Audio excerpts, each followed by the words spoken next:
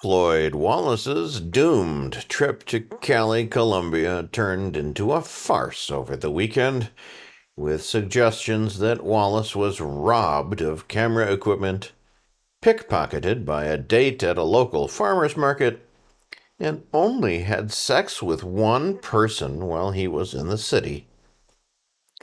Wallace had been mentioning that he had a girl who wanted to hook up with him in Cali, Colombia for most of his stay in the country. In his own meandering way, Floyd indicated that he really wanted to hook up with the girl for sex, but wasn't thrilled with the actual travel to Cali, as he didn't like the city itself. According to Google, Cali is located in southwest Colombia, is Colombia's biggest city, and is known for the Cristo Rey statue, the Cali Zoo, and the La Tertulia Museum, all tourist attractions that Wallace would have no interest in visiting.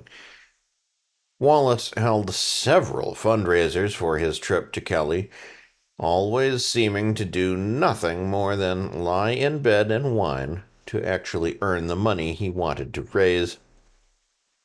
On occasion, he said he had earned close to his goal, but by the next live stream, the goal would reset, and he would need to start over with a new fundraiser. As Wallace is a very sensitive man, it's hard to do direct reporting on him. If you are not present for his live streams, you run a 75% chance of missing the content.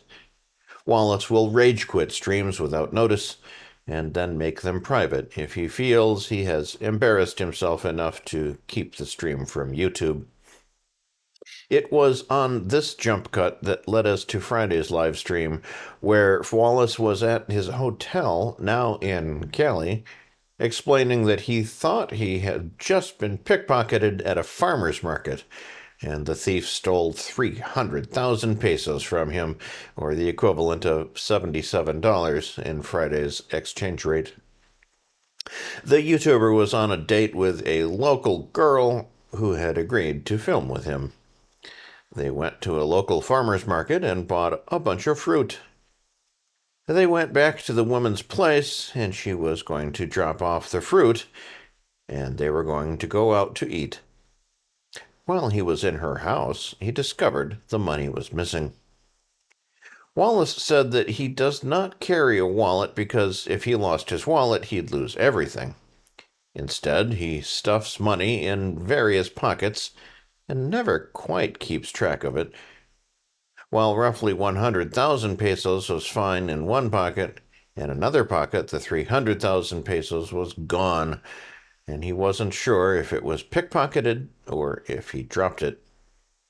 He said that he had situations where he had problems dropping money in the States, and always someone would find it and return it to him. He chastised the people of Cali as if he had dropped the money, someone should have returned it to him. Wallace also admitted that he had lost his Cash App card sometime in his Colombia trip. He played a video of the woman, who was in her early 20s and had black hair and tattoos on her hands, sitting in the back of the Uber on the ride to her place. She placed an orange and a small pineapple in her bag and seemed not that interested in interacting with Wallace from the 30 seconds of the video shown. It was then that Wallace's story changed. He now admitted that when he was waiting in the Uber for the woman to return, the Uber driver wanted to know why she was taking so long. Wallace discovered the money was missing, went into the house and confronted the woman, and ended the date.